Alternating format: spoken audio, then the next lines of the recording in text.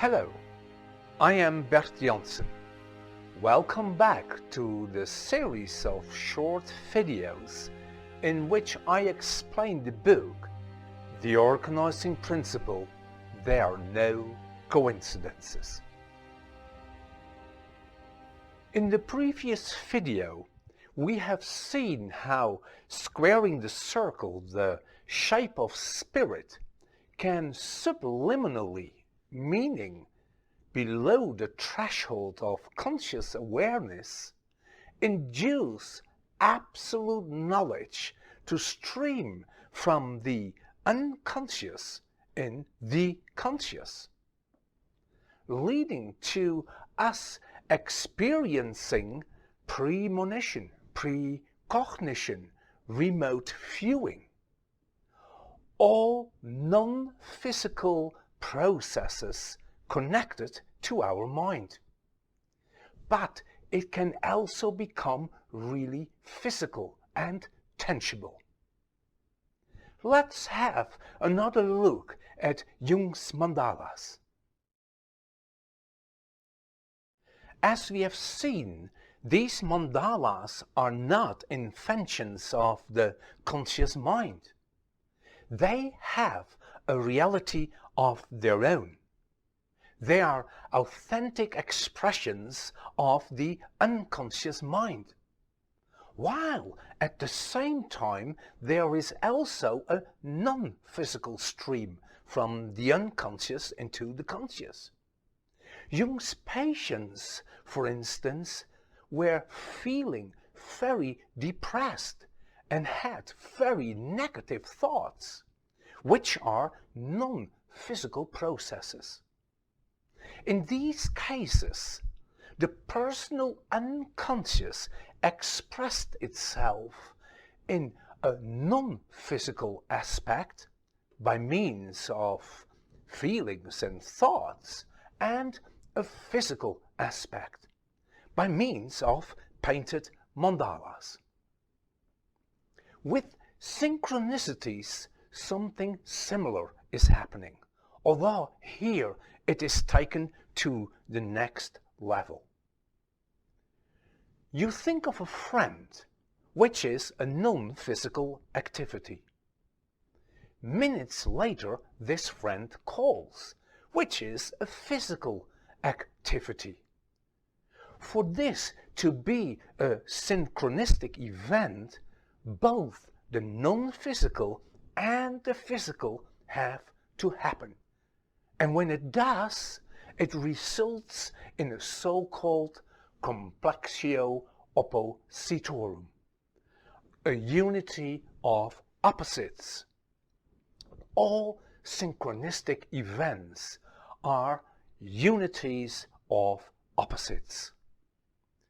The unity of opposites defines a situation in which the existence of a thing, in this case a synchronicity, depends on the coexistence of two conditions that are opposite.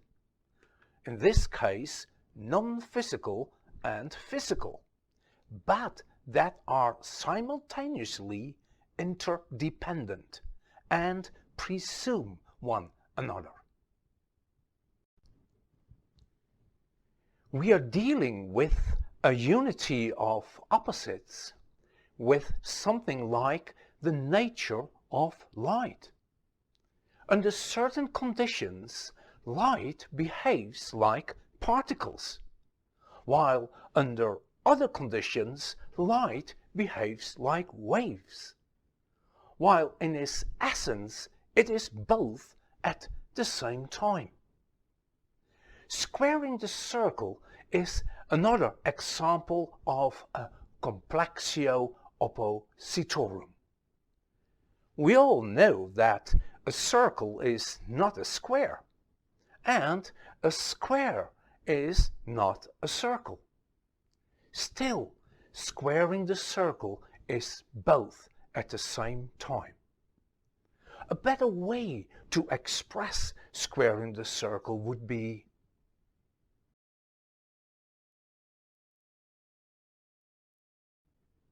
But this is still far from perfect. Let's refocus on synchronistic events, which are both physical and non-physical at the same time. Jung writes, "It is not only possible, but fairly probable even, that psyche and matter are two different aspects of one and the same thing." Let that sink in for a minute. Psyche and matter are two different aspects of one and the same thing. Psyche and matter are one thing, expressing itself sometimes non-physically, feelings, thoughts, sometimes physically, matter, and sometimes both. The latter we call synchronistic events, events with a physical and non-physical component. The functioning and workings of this one thing from which these events originate is organized and regulated by what I call the organizing principle. With synchronicities, this organizing principle is responsible for the simultaneously happening of the non-physical and physical events. And because of this, they are meaningful connected. Simultaneously does not mean that we experience these two events at the same time or at the same place. These events are actually not held by space and time. A beautiful example of this is the card experiment of J.B. Rye.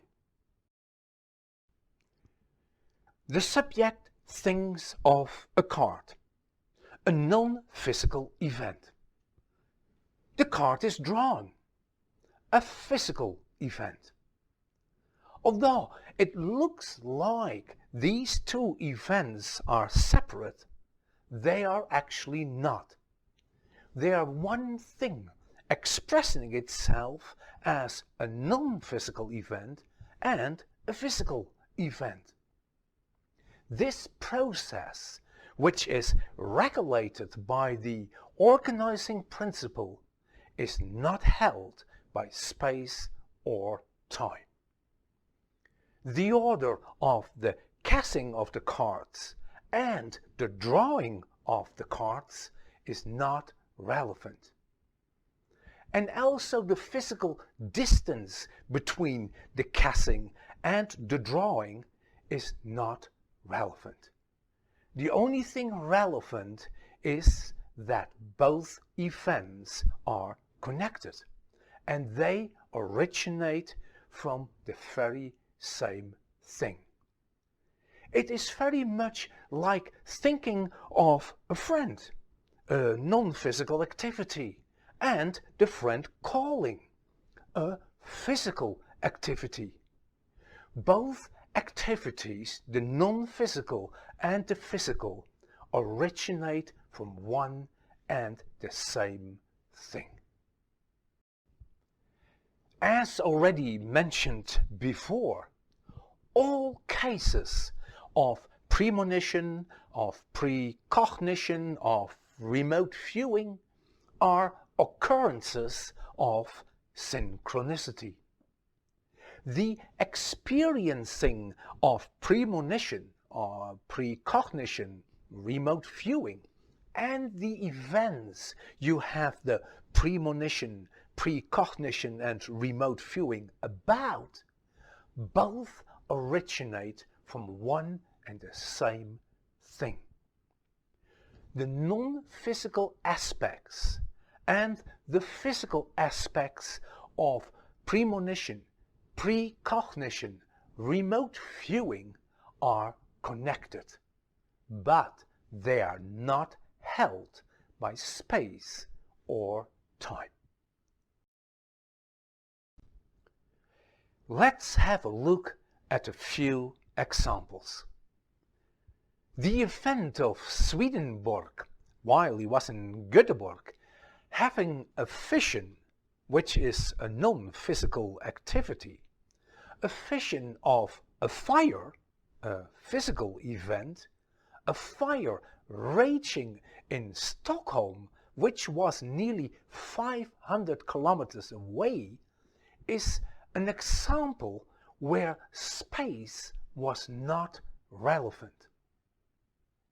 Me seeing the future, precognition, a non-physical activity, a future in which a man sitting on the sidewalk in Marlborough, England, would show me photos of crop circles, which he actually later did, a physical event, is an example where time was not relevant.